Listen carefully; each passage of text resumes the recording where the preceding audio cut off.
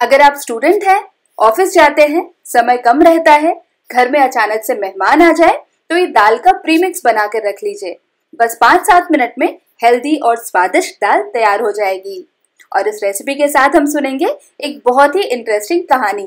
तो वीडियो को पूरा जरूर देखिएगा क्योंकि रेसिपी भी काम की है और कहानी भी इंटरेस्टिंग है। मैं हूँ रश्मि, तो आइए शुरू करते हैं। एक गांव बिल्कुल जंगल के पास था। वहाँ के लोग लकड़ी काटकर अपना पेट भरते थे। वे लकड़ी काटकर लाते और उसको शहर में बेचने चले जाते और उससे जो भी पैसे मिलते उससे वो अपना गुजारा करते थे। और उसी जंगल में बहुत सारे जंगली जानवर भी रहते थे क्योंकि वो जंगल बहुत ही घना था। तो जब वहाँ के लोग लकड़ी काटने के लिए जाते थे तो कई बार ऐसा होता था कि जंगली जानवर उनके ऊपर हमला कर देते थे या उनको मार देते थे।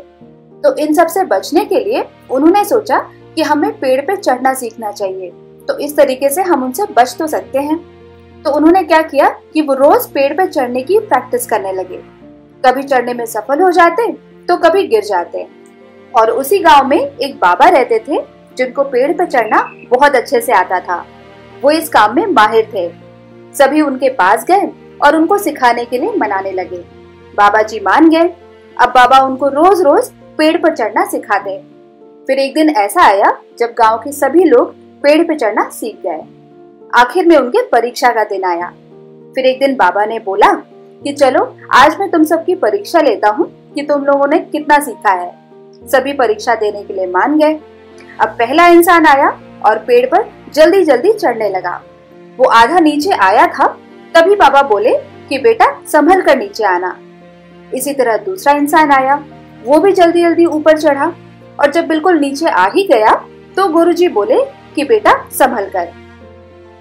फिर तीसरा इंसान चढ़ा और वो भी जब नीचे आने ही वाला था तब बाबा ने कहा संभल कर बेटा। और इसी तरह से बाबा ने सभी को कहा।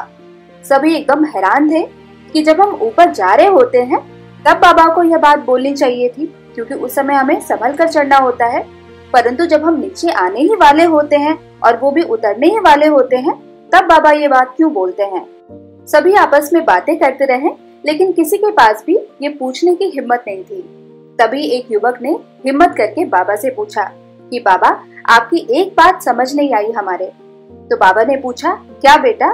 युवक ने बोला कि बाबा जब हम पेड़ से नीचे उतरने वाले होते हैं तब आप बोलते हैं संभल कर उतरना, जबकि वहाँ तो हम आराम से नीचे आ सकते हैं।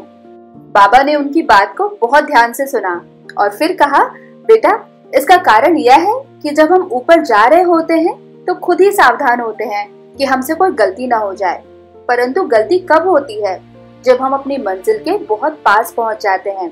तब हमें लगता है कि ज्यादातर रास्ता तो हमने तय कर ही लिया है। उस समय आप बिल्कुल बेफिक्र हो जाते हैं कि अब तो कोई रिस्क नहीं है, बल्कि रिस्क उसी समय होता है जब हम बेफिक्र हो जाते हैं। सभी बाबा की बात से सहमत थे।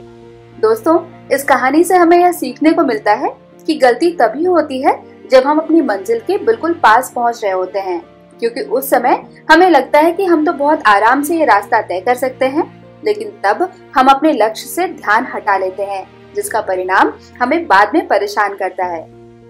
हमारी लाइफ में भी ऐसे कई सारे सिचुएशंस आते हैं जहाँ पे पूरा काम हम ध्यान से कर रहे होते हैं और लास्ट में गलती हो जाती है। मैं अपना एक रीसेंट एग्जांपल देती हूँ। हस्बैंड मेरे जिम में एक्सरसाइज कर रहे थे।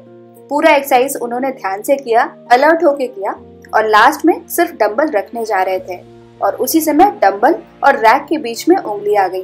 गहरा कटा और रिकवर होने में कई दिन लग गए। इसी तरह से जब हम घर के पास होते हैं, पास की दुकान में जाना होता है और बाइक चला रहे होते हैं, तभी हेलमेट नहीं पहनते हैं क्योंकि सोचते हैं कि बस इतनी दूर ही तो जाना है।